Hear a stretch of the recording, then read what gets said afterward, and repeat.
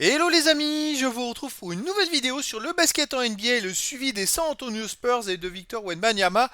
Et donc cette nuit, les San Antonio Spurs ont malheureusement perdu à domicile contre Washington Wizards 118-113, une petite défaite mais qui s'est jouée à la fin. Les Spurs ont mené tout le match, donc on va le voir un peu plus loin dans les stats. Et donc les amis, bah, malheureusement une défaite après avoir enchaîné deux victoires de suite, c'est bien dommage parce qu'il y avait vraiment moyen de battre Washington et poursuivre sur la lancée. Malheureusement, les Spurs n'ont pas réussi à maintenir. Alors, est-ce que c'est la fatigue d'enchaîner les matchs? Je sais pas. En tout cas, bon, les amis, on va revenir dans cette vidéo sur le match en détail avec les statistiques des joueurs. On verra ensuite le classement des San Antonio Spurs dans la conférence Ouest après ce match. On enchaînera par les stats de Wemby sur ce match avec ses meilleurs perfs sur un match, puis les stats de Wemby, ses moyennes en saison. On verra ensuite les stats de Wemby dans l'histoire de la NBA arrêté à 20 ans, ça peut être très intéressant, et puis ensuite dans l'histoire des Spurs à 20 ans, 21 ans au général, et dans l'histoire des Français NBA à 20 ans, 21 ans au général, et on fera un petit focus pour terminer sur le prochain match des San Antonio Spurs. Donc c'est parti alors dans ce match. Bon, Victor a fait un match plutôt correct, hein, plutôt bon, mais il a été meilleur dans d'autres matchs, hein. Il manquait le petit truc, voilà, donc 22 points, 11 rebonds, 4 passes, 3 comptes, une interception. Il manquait le petit truc, donc le scénario de ce match, alors premier quart-temps, les Spurs mènent de 10 points, 35-25. Le deuxième, ils perdent de 6 points, 23-29. Le troisième, ils le gagnent 35-33. Donc vous voyez, ils menaient quand même de 6 points à l'entame du quatrième quart-temps. Et puis les Washington a gagné 31-20 le dernier quart-temps. Ils ont mis que 20 points, les Spurs. Et c'est vraiment dommage parce que je pense que le problème n'était pas en défense, le problème était en attaque. Où effectivement, en ayant de l'avance, ils n'auraient pas dû mettre que 20 points dans le dernier quart-temps. Alors, côté des Spurs, on a 24 points pour Devin Vassell, 5 rebonds, 4 passes, 9 sur 19 au tir. 11 points et 8 passes pour Trey Jones. Jérémy Sochan a complètement raté son match. Il fait 2 points à 1 sur 7 au tir. Alors, dès qu'il n'est pas dedans, Jérémy Sochan, c'est compliqué. Malheureusement, c'est quasiment perdu, hein. Après, Keldon Johnson fait 14 points. Haussmann s'est fait un gros match, hein. 20 points à 4 sur 6 à 3 points, 8 sur 12 au tir. C'est ce qui sauve un petit peu le match raté de Jérémy Sochan. Voilà, et bon, Victor, c'est 22 points, 11 rebonds, 4 passes. C'est quand même costaud, 3 contre. Mais malheureusement, voilà, il manquait un petit truc. Côté Washington Wizards, plusieurs joueurs à plus de 10 points. Kuzma avec 18 points, 11 rebonds, 5 passes très réguliers. Kuzma a toujours des grosses stats. Gafford, 16 points, 13 rebonds. 15 points pour Tyus Jones, 13 points pour Jordan Poole. Mais on va s'intéresser au petit français, Bilal Koulibaly, qui est le quatrième joueur en termes de temps de jeu côté Washington. Il a joué 31 minutes quand même.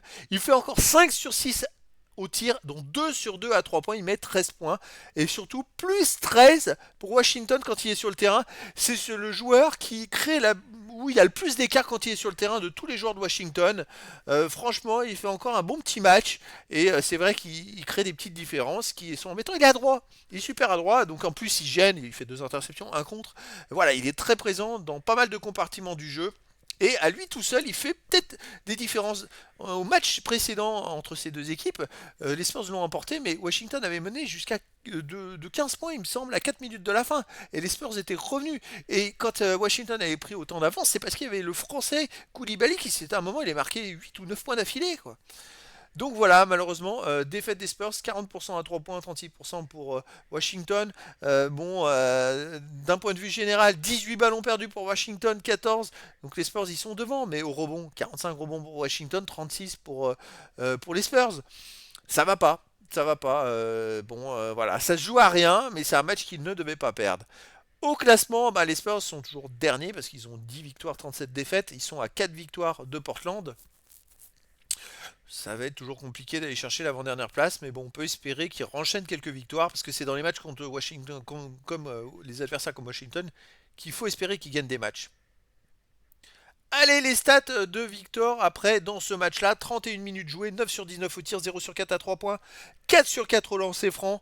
Bon, il a connu mieux, il met que 22 points, les rebonds c'est plutôt correct, 3 rebonds offensifs, 8 défensifs, 11 rebonds, 4 passes décisives, c'est très plus que correct, une interception, 3 comptes c'est dans sa moyenne, 4 ballons perdus c'est légèrement moins que d'habitude, une faute seulement. Est-ce qu'il n'aurait pas dû essayer de provoquer plus de fautes pour aller plus au duel? Je sais pas, et moins 12 quand il est sur le terrain, malheureusement. Donc il n'a pas réussi à faire des différences dans cette rencontre.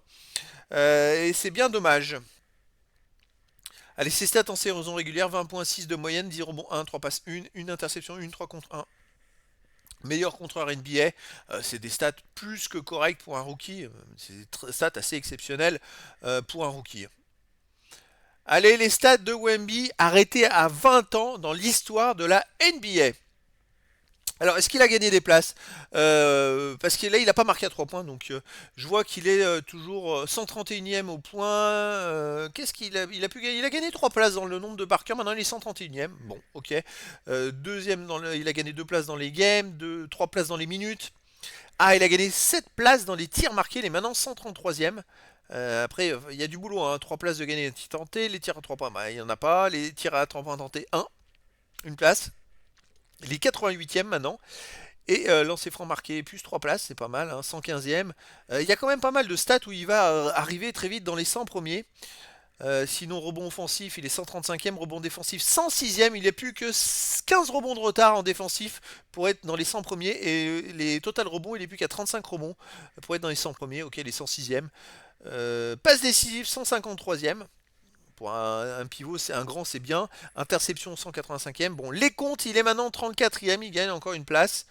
C'est pas mal, il est pas mal dans l'histoire. Il est plus qu'à 14 comptes du 25e, Nerlens Noël. Donc j'espère qu'il va, il va grappiller, il va le grappiller, j'espère qu'il va, il va le dépasser pour vraiment commencer à apparaître dans les meilleurs. Sinon, 8 places gagnées dans les ballons perdus, c'est pas très honorable, il est 119e. Et pour les fautes, il a gagné 2 places. Allez, dans l'histoire des San Antonio Spurs à 20 ans, 21 ans, et au général, à 20 ans, il gagne une place dans les total rebonds. Il est plus qu'à maintenant 459, Mark Olberding, il est 4e sur 17. Bon, pour les comptes, il augmente son avance, hein. Il est déjà premier depuis longtemps. Il a 69 d'avance. Pour les contres, à 21 ans, il est plus qu'à 78 de Tim Duncan. C'est à surveiller, c'est plutôt intéressant. Sinon, bah, il n'y a pas trop de stats. Il n'a pas marqué à 3 points, donc il ne grappille pas des places. Après, dans l'histoire des San Antonio Spurs, il gagne encore quelques places, mais voilà. C'est pas non plus. Il n'y a pas de grosses avancées. Dans l'histoire des Français en NBA, alors bon, bah, il perd une place dans les fautes. Mais bon, il est en concurrence avec d'autres joueurs de son âge aussi, hein, donc attention. Qu'est-ce qu'il y a d'autre? Dans les contres, il est donc premier à 20 ans avec 78 d'avance, premier à 21 ans avec 30 d'avance alors qu'il a encore 20 ans. Il n'est plus qu'à 102 contre de Rudy Gobert à 22 ans. Donc et il aurait quasiment 2 ans d'avance sur Rudy Gobert. Sinon, les tirs tentés, il a gagné une place, il est quatrième maintenant. Et il lui manque, ah voilà. Ah mais je l'avais pas vu la statistique. Eh bah si, il est premier au total rebond à 20 ans. Ah bah je vous la mettrai en jaune pour le prochain match. Ça y est, il est premier. Il a dépassé Tony Parker de 2 passes. Tony Parker était à 413. Et lui maintenant il est à 415 rebonds. Donc c'est devenu le meilleur rebondeur français à 20 ans de la NBA. Pour les rebonds défensifs, il est à 23. Les rebonds offensifs, il est qu'à 18. Donc il va pouvoir grappiller encore des places. Donc voilà, il y a au moins une stat où il progresse. Je vous le mettrai en jaune comme pour les contres. Comme ça va ressortir. Ça va être sympa. Allez, le prochain match, les amis, les San Antonio Spurs vont recevoir Orlando Magic le 1er février pardon, à 2 h du matin, heure française. Ça sera encore aux États-Unis, ça sera encore le 31 janvier. Et donc, les San Antonio Spurs affrontent les Orlando Magic. Orlando Magic, c'est 24 victoires, 23 défaites, 9-16 à l'extérieur. C'est peut-être encore à leur portée, je dirais, parce que voilà, les Spurs ont beaucoup progressé et que les Orlando à l'extérieur, c'est pas non plus une équipe invincible. Donc, bah, on va espérer, les amis, en tout cas, que ça se passe un peu mieux que dans ce match-là. On va espérer que Victor fasse un super match. Et comme d'habitude, dans la journée, je vous ferai une vidéo bilan de stats et de réactualiser en vous commentant un petit peu les stats de ce match, en espérant une heureuse issue. Voilà, les amis. Et bien, écoutez, je vous dis à très bientôt pour une nouvelle vidéo.